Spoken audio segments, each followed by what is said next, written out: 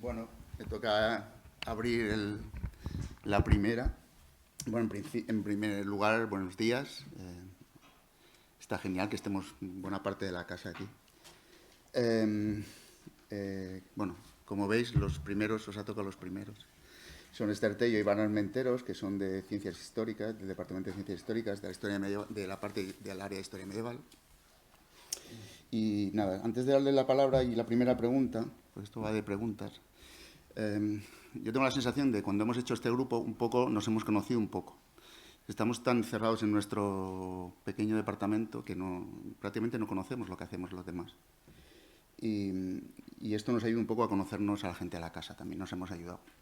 Es verdad, ahora espero que no se ponga a hacerlos un poco Iván, pero es verdad que desde que estuve en Roma, por ejemplo, yo he conocido a dos personas que prácticamente no conocía su trabajo, que era el de Esther y el de Pepe Pardo.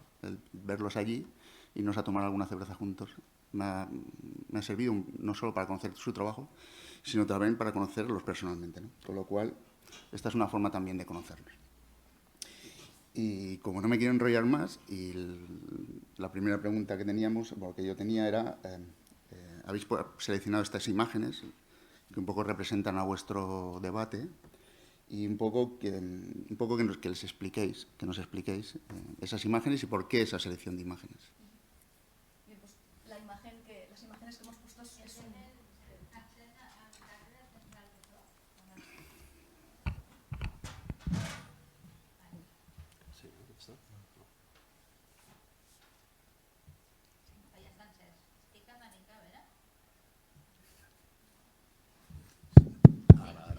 Gracias. Sí, la imagen que hemos elegido es un collage, ¿no? La parte superior es un manuscrito francés del siglo XV y representa la idea de la ciudad celestial, luego hablaré un poco de ella. Y la imagen inferior, también luego lo comentará Iván, es un cuadro del siglo XVI y representa el puerto de Lisboa, ¿no? El día a día del puerto de Lisboa. Con esta composición queríamos plasmar un poco una de las ideas que fue característica durante la Edad Media, la existencia de dos mundos, la ciudad celestial y la ciudad terrenal, ¿no? Que se expandió pues, a todos los niveles de la sociedad.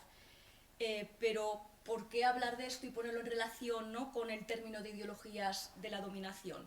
Pues bien, hemos partido de esta base y de este término porque entendemos que las ideologías de la dominación se refieren a un conjunto de ideas o creencias o valores que respaldan o justifican la dominación de un grupo sobre otro. Se puede manifestar de diversas formas, ¿no? Como un control político, un control económico, social o cultural. Y entonces somos conscientes de que implica una relación desigual de poder, en muchos casos vinculados a prácticas opresivas, podemos decir, y por eso hemos intentado trasladar este término a nuestros campos de estudio, que son la Iglesia y la religión. No, la Iglesia, perdó, i l'esclavitud, perdó, Ivan. Bé, jo en el meu cas, parlant en català, la imatge que he escollit és el Safaris d'Orell, es diu, és una imatge portuguesa del segle XVI, com deia l'Esther. És la primera font pública, de fet, de Portugal, que es construeix al segle XIII, i el que m'interessa d'aquesta imatge és el que es veu, no?, que és la diversitat de la societat medieval o de la primera modernitat. Veiem persones negres fent tasques d'esclau, però també veiem persones negres passejant com una persona lliure i fins i tot un cavaller negre a cavall, que segurament és un cavaller de Sant Jaume. Llavors aquesta imatge què ens indica? Ens indica aquesta diversitat, no?, aquesta multiplicitat de la societat i aquesta complexitat de la societat medieval. Bé, una complexitat que també té múltiples formes de dominació, no?, enllaçant una mica amb el tema de la nostra intervenció. L'esclavitud vindria a ser segurament la forma més extrema de dominació. Com deia, hi ha múltiples formes de dominació. Podríem dir que la dominació és un factor polièdric, múltiple. Trobem dominacions vàries de l'infant, de l'adult, perdó, sobre l'infant, de l'home sobre la dona, de la persona rica sobre la persona pobra, de la centralitat sobre la perifèria, dominacions polítiques, econòmiques, etc.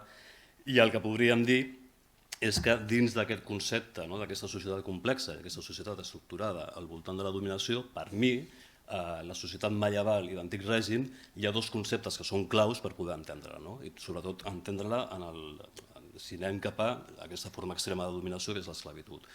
El primer seria el patriarcat, que té una força determinant i que té interseccions amb l'altre punt clau per mi, que és el supremacisme cultural, no? Que explicarà, ens ajudarà a entendre, a comprendre com es desenvolupa aquesta dominació centrada en l'esclavitud.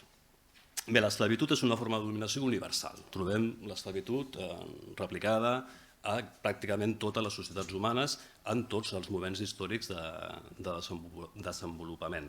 Però si ens centrem en el que seria la societat medieval o d'antic règim, i dic antic règim perquè aquesta particularitat la veurem reproduïda pràcticament fins al naixement de les idees humanistes il·lustrades, no? Doncs si ens centrem aquí, intentem analitzar aquesta dominació i com es justifica, hem d'enllaçar amb el pensament cristià al que feia també referència l'Ester. I aquí hi ha un punt d'intersecció, no? Entre això que ella proposava, aquest dualisme que s'expressa en la imatge de les dues ciutats d'Agustí d'Hipona, no? Aquesta concepció cristiana del món, dividit en dues realitats, també ho veurem aplicat a la justificació de l'esclavitud. I vas molt ràpid, no? L'origen filosòfic de la justificació cristiana de l'esclavitud la trobem a la filosofia estoica, que fa una diferenciació entre l'esclavitud legal, física i l'esclavitud moral, no? I venen a dir una mica els filòsofs, això ja en parlarem una mica després, doncs que no és tan important la física sinó la moral, no? La moral és la que sotmet realment a la persona, la física és menys important. Aquest pensament traspassarà o anirà cap al cristianisme a través de la filosofia jueva de l'Antic Testament i seran sobretot Pau de Tars, l'apòstol, i després Agustí d'Hipona, una mica els pensadors que acabaran de donar aquesta imatge dual de l'esclavitud que funcionarà, com deia, com una justificació. I ja per acabar i donar-te pas a tu, aquesta analogia estoica de l'esclavització del cos i la lliberació de l'ànima, o l'esclavitud de l'ànima i la lliberació del cos, d'alguna forma es comunica o s'enllaça amb aquesta idea d'Agustí d'Hipona de les dues ciutats, la Civitas Dei, la ciutat celestial i la ciutat terrenal, aquesta dualitat. Sí, efectivamente, esta dualidad de la ciudad celestial y la ciudad terrenal conlleva también la existencia de otros valores, ¿no? La ciudad terrenal, digamos, como dice San Agustín de Hipona, volcada más al egoísmo, la ciudad celestial de Dios realizada en el amor, en las prácticas de las virtudes, la caridad, la justicia, es decir, ¿no? Pues la práctica del hombre terrenal más interesado en el interés terrenal y material, el interés espiritual del hombre. Entonces esta dualidad siempre va a estar presente, incluso digamos que hay un cierto conflicto, ¿no? De hecho, por ejemplo, lo ideal, lo celestial, sería alcanzar la ciudad de Dios a través de fenómenos como la caridad, la justicia o las prácticas piadosas y virtuosas. Todo ello son términos que usarán la Iglesia o bueno, los que fomentan la esclavitud, ¿no? Para justificar el poder. También en el caso de San Agustín y en el caso de la época medieval es muy característico esta concepción, digamos, lineal y progresista y finalista del tiempo, ¿no? Bueno, a diferencia de otras, la filosofía griega, que donde la historia es cíclica, pues con San Agustín y en época medieval la historia tiene un claro fin finalista. Estamos hay siete edades y que, bueno, estamos en la séptima, que es con la venida de Jesús y acabará con el juicio final, ¿no? Entonces, digamos que es todo una concepción dualista y siempre finalista del tiempo. Sí, de fet, aquesta visió finalista teològica d'Agustí d'Hipona i del pensament de l'Església primitiva també la trobem d'alguna manera en el sentit d'esclavitud, perquè la justificació que deia abans, aquesta idea dels estoics que hi ha l'esclavitud física, legal, i l'esclavitud moral. El que és important realment és que el cos no estigui sotmès als vicis de la moral, que podrien ser la pobresa, l'enfermetat, la malaltia, o l'esclavitud. El que és important és que l'ànima estigui alliberada. Aquesta idea traspassa el cristianisme a Pau de Tars, fa una adaptació, ja no parla d'esclavitud moral, sinó d'esclavitud de l'ànima religiosa en la seva comunió amb Déu. I deia que aquesta idea teleològica finalista també la trobem en la justificació de l'esclavitud, perquè al final allò que justificarà l'esclavitud, d'una perspectiva legal, després anirem una mica més enllà, és l'alliberació de l'ànima de l'esclau. O sigui, el fet d'esclavitzar amb una persona pagana o un infidel, en el cas dels musulmans, es justificarà perquè serà un acte per alliberar l'ànima, per poder salvar aquella ànima que, si no, seria condemnada a l'infern, dins de la concepció cristiana del que és la cosmovisió cristiana, diguéssim. Clar, el que és interessant de Pau de Tars és veure com ell fa aquesta relació entre l'esclavitud física estoica i l'esclavitud moral que ell lidera, l'esclavitud de l'ànima, l'esclavitud espiritual, que en principi són conceptes separats i que després veurem que a través de Pau de Tars i sobretot d'Agustí d'Hipona, que serà qui ho fixi una mica, Agustí d'Hipona dirà que l'origen és el mateix de l'esclavitud física i l'esclavitud espiritual i el situarà en el pecat original d'Adam. I és a través del bateig, del bautisme, com es pot redimir. I serà d'aquesta manera, després ja ho explicaré millor per veure com allò eclosiona en el període de màxima expansió de l'esclavitud, que serà a partir del segle XIII-XIV, amb Tomàs d'Aquino, sobretot. Però, bàsicament, tindríem això, aquesta visió dualista, com deia l'Ester, que una mica s'expandeix a tota la societat, també la veurem reflectida en aquesta distinció dualista de l'esclavitud que a la base servirà com a justificació, com venia dient. Sí.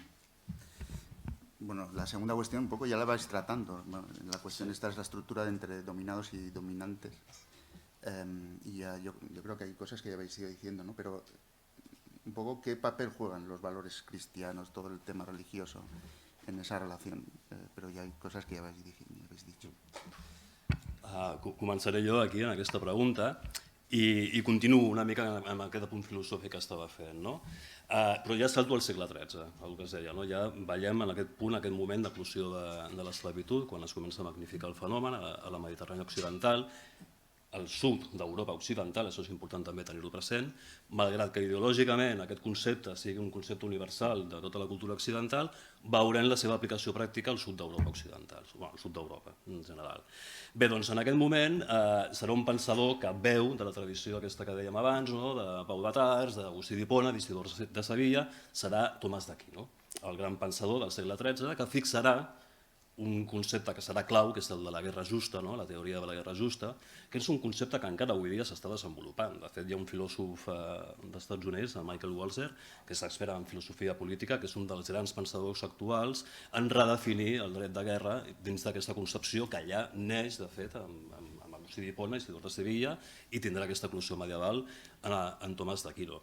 Tomàs d'Aquino és important perquè el que fa al final és recollir aquesta tradició cristiana i fusionar-la en la concepció legalista del dret romà, aquesta recuperació del dret romà que veiem a partir del segle XII-XIII, doncs les eclosiona i crea la seva teoria de la guerra justa, que ve a dir que perquè una guerra sigui justa ha de complir 3 preceptes. El primer és que sigui el príncep qui la convoqui, qui ostenta l'autoritat, l'autoritas. El segon precepte és que qui siguin atacats ho han de mereixer per alguna raó. I la tercera, que potser és la més important per entendre l'esclavitud, és que la intenció dels promotors d'aquesta guerra ha de ser recta, és a dir, ha d'anar encaminada a promoure el bé i evitar el mal. I en essència, si mirem el que us deia abans de l'esclavitud moral, l'esclavitud física, en essència és aquesta tercera condició de buscar el bé i evitar el mal el que es farà servir com a argumentació jurídica i ideològica que justifiqui l'esclavitud. Per què? Perquè al final, esclavitzant altres pobles pagans o infidels, el que fem és un bé superior. No estem actuant incorrectament, sinó que al contrari, evitem el mal, que el mal seria que aquelles persones morin sense haver rebut el sagrament del bateig. I us poso un exemple que per mi és molt il·lustratiu, hi ha molts exemples, però aquest em sembla molt maco, molt xulo. És un document redactat a Barcelona l'any 1461, és una lletra, una carta que envien els consellers a Galceran de Requesens, que és Vall General de Catalunya, queixant-se de l'atac que han comès les seves galeres contra una altra embarcació, de 2 mercaders que es diuen Ramon d'Esplà i Bernat Ros. Doncs bé, la qüestió és que aquests mercaders estan fent comerç d'esclaus entre les costes de Líbia, la zona de Barca, que la zona de Barca estaria a l'actual península de Bengasi, i Barcelona, estan transportant esclaus negres. I els consellers es queixen a Galceran de Requesens perquè les seves galeres han atacat aquesta embarcació i s'han quedat amb les mercaderies, també amb les persones esclavitzades. I diuen els consellers que aquest tràfic entre Barcelona i Barca i les costes de Líbia no és que sigui només legal, completament legal, sinó que a més compta amb la benedicció del papat i del difunt Alfons el Magnànim, i cito, per lo benefici i salut de les ànimes dels negrins qui venen al Santíssim Baptisme, altrament que no farien. És a dir, aquí veiem clarament com la justificació reposa en aquesta idea que ve de lluny, d'aquesta cosmovisió cristiana, banyada amb aquesta pàtina del dret romà que li aplicarà Tomàs d'Aquino. Siguiendo con esta idea de los valores cristianos que justifican esta dominación, Iván y yo también hemos pensado en 3 valores o características que nos hacen ir avanzando también en el resto de preguntas, ¿no? Y que contribuyen a consolidar digamos, un orden social. El primero sería la autoridad o la influencia política. Bien, en el antiguo régimen el Papa, el Rey o los obispos siempre estaban a la cabeza del orden social, ¿no? Pues desde la escuela nos han enseñado pues, la sociedad piramidal, donde pues, arriba el Papa, el alto clero, la alta nobleza, luego el bajo clero, luego pues, las profesiones liberales, el pueblo y finalmente aquellos que vivían al margen de la sociedad, que, bueno, que en la pirámide ni se representa, ¿no? Los pobres, los marginados, los esclavos, etcétera. Más allá, no podemos obviar de que aunque estamos ante una sociedad estamental, cada vez, obviamente, se han incluido otras pues, relaciones de producción, relaciones de poder, relaciones de propiedad, para entender mejor esta estructura piramidal. Sea como sea, desde un plano teórico, que es la pregunta que ahora nos compete, quizá a mí me gustaría destacar un poco las luchas que existen entre las autoridades laicas y eclesiásticas por ver quién se situaba en la cúspide del orden social, ¿no? El episodio más conocido de la época medieval es bueno, las querellas de las investiduras que enfrentó a los papas y a los emperadores del Sacro Imperio Romano Germánico durante los siglos XI y XII. La causa del enfrentamiento es, como casi siempre en estos temas, económica, ¿no? La provisión de títulos eclesiásticos, es decir, quién estaba por encima en el nombramiento de los oficios de la Iglesia, ¿no? Si el Papa o el Rey. Las querellas de la investidura, bueno, terminan en una serie de concordatos, bueno, donde en teoría pues el Papa, el eclesiástico, se queda con la investidura eclesiástica, ¿no? La investidura clerical y la consagración, y el rey o el emperador se quedaría con digamos, con la investidura feudal, ¿no? Sobre los bienes terrenales. Hay muchos ejemplos en época medieval que no conviene tampoco señalar, pero son ejemplos que siempre se van repitiendo cíclicamente. Sea como sea, a lo largo durante la Baja Edad Media vemos, ¿no?, cómo todo esto se considera por algunas tendencias como el principio del fin de la llamada teocracia papal medieval, ¿no? Que la teocracia papal es la forma del gobierno donde los administradores del Estado coinciden siempre con los líderes religiosos dominantes y donde la política de gobierno son idénticas o están muy influidas por la religión dominante, ¿no? Obviamente la teocracia se dio en otras religiones, en otros estados europeos, obviamente, y más allá, incluso siguen vigentes hoy en día, ¿no? El Vaticano sería una de las principales teocracias, obviamente, del mundo, pero bueno, también en países bueno, pues como Afganistán, Irán, está el poder totalmente, o sea, no está el poder religioso y el civil separado. Otra forma de valor, digamos, de la Iglesia, el valor cristiano por antonomasia, es la influencia social que ésta hace sobre la gran masa de la población, ¿no? Hemos decidido hablar un poquito sobre los ritos de paso o los sacramentos, ¿no? Bueno, pues en el bautismo, la comunión, el matrimonio. ¿Qué pasaba en época medieval? Bueno, pues que todas las sociedades se organizaban en torno, obviamente, a la parroquia o el centro religioso. Era también a veces el poder político, el poder económico, ahí se reunían mercados, se hacían negocios, etc. Aunque no será hasta Trento cuando se obligue, digamos, a la gente a bautizarse y a hacer unos registros de bautismo, gracias a que en los países mediterráneos tenemos una producción documental brutal, tenemos muchísima documentación sobre esto. Y entre ello pues destaca, por ejemplo, los testamentos, ¿no? Los testamentos, prácticamente en la Baja Edad Media, sobre todo en las ciudades urbanas, todo el mundo hacía testamentos, no deja de ser un tipo de formulario, pero es muy interesante porque siempre se ve la influencia de la religión en ellos, ¿no? Siempre hay limosnas, siempre hay misas, ¿no? por almas difuntas, un poco pues casi un poco como hoy en día que, bueno, muchos abuelitos pues van a la iglesia, pagan al cura para que se mencione a un familiar fallecido en una misa, ¿no? Bueno, esto podría extenderme mucho más, pero estamos ante una verdadera democratización, digamos, de la religión y de sus ritos o sacramentos, ¿no? Esto, bueno, va vinculado a otras realidades, esto conlleva que la Iglesia se enriquezca muchísimo, ¿no? Y, bueno, se pueden hacer innumerables estudios en base a eso y, bueno, también en relación un poco con los ritos de otros grupos minoritarios o marginados, como, por ejemplo, los esclavos. Mira, abans de passar al tercer punt que tenies, només un parell de coses. Això també ho veiem reflectit, no, en l'esclavitud. Començant pel principi, l'autoritat, no? El sentit de l'autoritat. De fet, el vincle que s'estableix entre el propietari o la persona propietària i la persona esclavitzada depèn molt d'aquesta jerarquia, i quan aquestes jerarquies es trenquen és quan veiem que comença a trontollar, no? Són els casos que veiem alliberaments d'esclaus que són rebels, no? Que no se sotmeten a l'autoritat de l'amo, i això provoca un conflicte, evidentment, perquè l'amo ha de prevaldre la seva autoritat per sobre, no?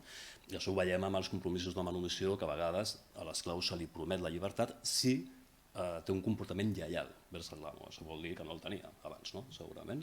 I hi ha un apunt que volia fer també amb el concepte de marginat, que és un concepte que no m'agrada especialment, perquè quan parlem de marginalitat ho fem des de la centralitat, normalment, no? I ens referim a les perifèries com si fossin marginals a la societat, quan realment formen part de la societat, formen part intrínseca de la societat. Llavors, entendre la societat medieval o la societat actual expulsant bosses de població que són importants i que donen fisionomia a aquesta societat és complicat, no? Llavors a mi m'agrada parlar des d'una altra perspectiva. I a més perquè després quan veus els itineraris vitals de les persones esclavitzades, clar que estan, no diré als marges, estan sotmeses aquestes persones, és una perspectiva jurídica, però a vegades pots veure l'esclau del governador de Mallorca que viu millor, molt millor, que molts menestrals lliures de Barcelona. Això no vol dir que l'esclavitud sigui bona, evidentment, no? O que doni possibilitats, però hem de vigilar, no? Hi ha un conflicte, per exemple, m'ha vingut ara al cap, a la catedral de Barcelona, amb Francisco de Rebolledo, que és un funcionari de la cort de Ferran II, és un funcionari castellà, que arriba a la ciutat amb els seus esclaus negres, i ell viu al costat de la catedral, en una casa que està tocada, o sigui, paret en paret, i quan hi ha missa, els esclaus seus a la seva casa la veuen per sobre dels burgesos de la ciutat i dels nobles de la ciutat, perquè allà tenen un passadís amb una finestra que dona a la nau principal de la catedral, i allò provoca un conflicte, perquè els burgesos i els nobles de la ciutat ho troben indignant que els esclaus negres del Rebolledo siguin mirant la missa per sobre d'ells, no? Vull dir que hem de vigilar, no? I perdona, cedo la paraula amb el tercer punt. No, muchas gracias, Iván. Y claro, y el tercer punto que habíamos elegido es el tema de la influencia cultural, ¿no? O, bueno, podemos decir la cultura popular. ¿No? Está fuera de toda duda que la Iglesia fue uno de los máximos exponentes de la cultura medieval, ¿no? La producción escrita de los manuscritos, las traducciones, la conservación de los saberes clásicos que se conservan en los monasterios, etcétera, ¿no? Pero es que lo que me gustaría un poco destacar también ya, pues también centrándome en lo que yo también estudio, es que, por ejemplo, incluso muchos reyes y monarcas, ¿no? Los archivos de los reyes y los monarcas estaban al comienzo en centros religiosos, ¿no? Ya en los siglos XII y XIII, por ejemplo, ¿no? Pues en monasterios como Ripoll o Poblet o el monasterio de Santa María de Sigena, los monarcas guardaban ahí sus privilegios, ¿no? De hecho, bueno, hay casos bastante bonitos, ¿no? En el caso, por ejemplo, de Sigena, la priora de Sigena tenía que dar autorización para que un oficial regio pudiera entrar al archivo a ver la documentación. Es decir, el rey tenía que pedir permiso a la priora y escribirle diciendo que iba a ir un oficial regio a buscar documentación para, bueno, fines sobre todo patrimoniales, ¿no? De, pues, consolidar propiedades que tenía el rey, por ejemplo, en zonas de frontera cuando hay conflicto, ¿no? Al rey le interesa saber qué propiedades tenía ahí y todo esto se conserva en archivos religiosos. Y esto a nivel cultural es muy importante porque, claro, hay una conservación de la memoria, poco a poco eso evoluciona en también un intento de garantizarle, es decir, ¿no? Cuando un oficial regio llega al archivo de Sigena y dice que quiere llevarse unos pergaminos, se los lleva, pero luego es muy difícil que retornen, ¿no? Entonces, poco a poco en época medieval empieza también una concepción de, bueno, pues vamos dentro del monasterio a hacer copias de los documentos, copias auténticas, para que la copia sea lo que se lleve el oficial regio, pero el monasterio se quede el documento real, ¿no? Entonces, esto a nivel de influencia cultural de la Iglesia, claro, luego será a nivel del desarrollo de la cultura escrita a todos los niveles de la sociedad será fundamental. Entonces, este era el tercer punto que queríamos destacar. Sí, yo que no tengo res a afegir. Podem passar a la pregunta? Venga, aunque, bueno, la pregunta era un poco cómo se refleja eso en la sociedad del pasado, pero ahora que andabais hablando, uno tiene la sensación, con los prehistoriadores nos pasa igual, uno tiene la sensación que eso es tan antiguo lo medieval, que está muy lejos de nosotros. Pero realmente está tan cerca, estáis hablando de marginalidad, de los intereses del papado, de la esclavitud, que mejor en nuestro país igual no se ve de esa manera, pero en otros sitios. Con lo cual ese pasado y presente está súper cercano, en el fondo está súper cercano, ¿no? Entonces, bueno, explicarnos un poco eso. Sí, de hecho, claro, el siguiente punto de cómo se refleja en el día a día, también hemos elegido tres aspectos que también están muy vinculados con la actualidad, ¿no? Por ejemplo, el primer término donde Iván y yo hemos encajado ha sido el término de los gremios, las cofradías o las instituciones, digamos, que aglutinan a población, ¿no? Pues en época medieval, la gente medieval ya he dicho que se aglutinaba sobre todo en torno a parroquias y también, bueno, desarrollaba obviamente unos oficios. Entonces, muchas veces estos lazos de pertenecer a una parroquia o pertenecer a un oficio se institucionalizaban en las cofradías. Las cofradías, que luego darían lugar a los gremios, siempre tenían un cariz religioso, siempre estaban en una parroquia, siempre tenían una devoción, pero también, obviamente, tenían unos claros intereses corporativos, ¿no? Incluso en algunas ocasiones también de representatividad política, donde no podían entrar, ¿no? Un poco para hacer presión. Luego también de esto nos hablará Iván. Por ejemplo, había cofradías de artesanos que tenían el monopolio, podemos decir, de los precios, o cofradías que tenían el cupo de cofrades cerrado para que no hubiera, ¿no? Pues demasiados trabajadores, demasiadas personas que desempeñaran el mismo oficio. Obviamente también, pues a nivel social, estas cofradías actuaban como verdaderas instituciones asistenciales, ¿no? Por ejemplo, pues con lo que recaudaban anualmente podían dar limosnas o ayudas a una hija de un cofrade que era huérfana y le ayudaban para dotarse, ¿no? Pues bueno, cosas que tampoco están tan lejos de lo que hasta hace poco se podía ver. Y luego también, obviamente, aquí también desbordaría el tema económico, ¿no? Que las cofradías son verdaderas cajas de crédito, dan créditos, por ejemplo, ¿no? Pues hay un caso de un hospital turolense, habría muchos más, que bueno, pues que cuando había malas cosechas o había pedrisco y los techos de algunas casas se derribaban, pues daban créditos específicos a bajo interés para solventar estas controversias y este día a día, ¿no? Pero como digo, por ejemplo, en el tema de gremios y cofradías es amplísimo y bueno, pues hay de devocionales, de oficios, pero también de otros grupos minoritarios, como también nos habla Iván. Sí, i per anar ràpid, perquè anem supermalament de temps, clar, la confraria, com deia l'Ester, té una importància fonamental, nuclear en la societat cristiana, perquè organitza la societat, no? Organitza la universitat, aquest concepte de comunitat, i la fa visible i reconeixible. Llavors hi ha un factor que per mi és molt important, que és la manifestació pública d'aquesta confraria a través de les processons cíviques i religioses. Corpus Christi, que és la gran festa del cristianisme, surten totes les confraries en processó. I això és important perquè és una forma de visualitzar, de ritualitzar aquesta complexitat social a través d'una cosa reconeixible, d'un ens reconeixible per tothom i que té una estructura que tothom no comparteix perquè tothom en forma part d'alguna. Clar, en el cas dels esclaus, també tenim confraries d'esclaus. A Mallorca, per exemple, n'hi ha d'esclaus tàrtars, esclaus xerquesos, turcs, i aquí en el cas de Barcelona tenim la primera confraria que jo conegui de la història d'esclaus negres. Es funda aquí l'any 1455. Per què hi ha aquest interès? Perquè qui funda la confraria no són els esclaus. Els esclaus demanen poder crear una associació, però segurament és un impuls de la monarquia, perquè és la monarquia qui concedeix i qui atorga aquesta confraria. Per tant, quin és l'interès? A més, clar, una confraria que està controlada del poder reial, perquè hi ha un funcionari de la batllia de Barcelona que està sempre present en totes les reunions dels comprares, per poder controlar què és el que s'hi diu allà dins. Però al final, l'interès, des del meu punt de vista, de la societat dominant, de la societat lliure, és poder encabir aquestes persones que són físicament diferents, que són culturalment diferents, dins l'ordre cristià. I la forma per poder fer-ho és la confraria. Les posem allà dins i així tothom els pot reconèixer i poden ser visibles per tota la comunitat. I ja no són un cos estrany, sinó que és un cos que participa també de les festes públiques, religioses i cíviques. I parlem de l'assimilació cultural superràpid, començo jo si vols. Clar, assimilació cultural, evidentment aquí estem en processos, quan parlem de població esclavitzada, de grups exògens que venen d'universos culturals diferents i que arriben dins d'aquesta concepció que us deia, del cristianisme, de salvar l'ànima, del bateig, de fer comulgar, de fer passar pels ritus cristians d'aquestes persones per poder encabir-les també a través de la confraria, com deia, no? Dins de l'univers cultural. On podem veure l'èxit de l'assimilació, per exemple, no? Els testaments, que deia abans l'Ester.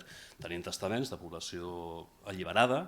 Primer cal dir que la majoria de la població esclava mor sent esclava, 85% aproximadament, segons hem pogut calcular en diverses ciutats, però els que s'alliberen, els lliberts, sovint redactant testament, i és interessant veure com quan ho fan com un bon cristià. O sigui, fan les deixes testamentàries que toca, les llimosnes als pobres, les misses de Sant Amador, les 33 misses canòniques de Sant Amador, i doten als seus testaments diners per poder fer-ho. Fins i tot hi ha gent que tenen una mica més de capacitat econòmica i ordenen que es vagin repetint les misses durant X anys, que això és el que fa un bon cristià.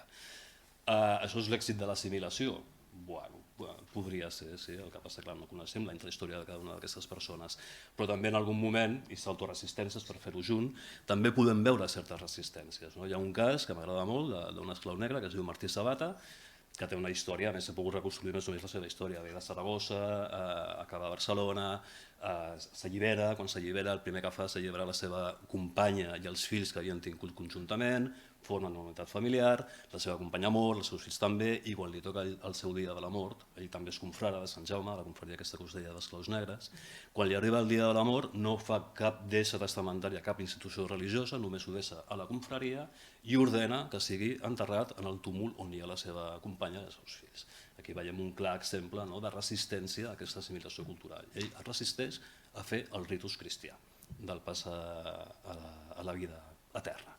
I un altre cas, que és una lliberta d'origen hongarès, que es diu Caterina Portella, que és molt bonica el testament, perquè sí que fa una sèrie de deixes religioses, però ella indica, i és la seva voluntat, com va ser capturada i d'on ve. Això és un cas també excepcional. Ja explica que quan tenia 7 anys estava en una ciutat del Regne d'Hongria, va sortir amb la seva família a collir llenya i van venir els turcs i la van capturar i la van portar a un mercat on un català la va comprar i la va portar fins a Barcelona. És a dir, sí que fa el trànsit a la vida eterna com un bon cristià, però no deixa d'indicar com va ser esclavitzada. És d'alguna forma una reivindicació del seu origen, ¿no? Estas resistencias en la Iglesia pues también las podríamos definir de muchas formas, pero un fenómeno bastante interesante que se dio también en la Baja Edad Media fue el aumento de crímenes también o malos comportamientos que cometían los propios eclesiásticos, por ejemplo, ¿no? La gente del bajo clero, es decir, gente pues, con órdenes menores, pero que vivían prácticamente como laicos. Entonces, si cometían un crimen o hacían pues algo que no debían ser juzgados por el fuero religioso y no civil. Claro, esto ocasiona un enfrentamiento brutal, ¿no? Porque vuelvo a decir que gracias a la documentación que tenemos en Corona de Aragón, esto se puede ver tanto a nivel documental del día a día como a nivel teórico y de pensamiento, ¿no? Por ejemplo, pues Francesc Ximenis, el franciscano por antonomasia, en sus escritos ya mostraba la preocupación de que, por ejemplo, en ciudades como Valencia habría crecido exponencialmente los crímenes que cometían aquellos que habían recibido el orden clerical, ¿no? Y decían que estos malhechores provocaban constantes riñas a mano armada, ¿no? Y que cada vez iban a más, ¿no? La cosa es que, pues parece el tema irá a más. Incluso los jurados de Valencia, el Poder Civil de Valencia, llegó un momento que escribe al obispo valenciano y dice, hay muchos clérigos que cometen crímenes y necesitamos dar un castigo ejemplar. Y hay un problema bastante grave, pero los jurados de Valencia deciden matar a unos clérigos que habían cometido bastantes crímenes, diciendo que algunos de ellos se ha descubierto que eran perpetuadores de muertes acordadas por dinero, públicos alcahuetes, que eran frecuentadores de burdeles, ¿no?